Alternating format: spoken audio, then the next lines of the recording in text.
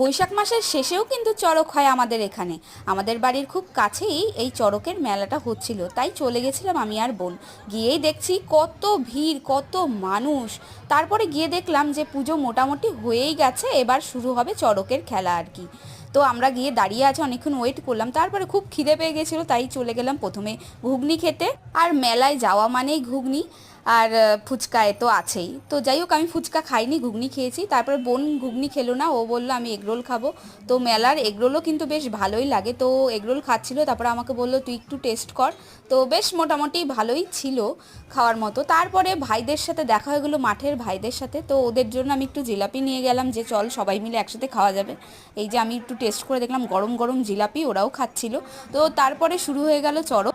যারা বর্ষি নিয়েছিল তাদেরকে ওই দড়ির সাথে বেঁধে দেওয়া হলো, আর তারপরে শুরু হয়ে গেল চড়কের মেলা। সত্যি মহাদেবের কি লীলা।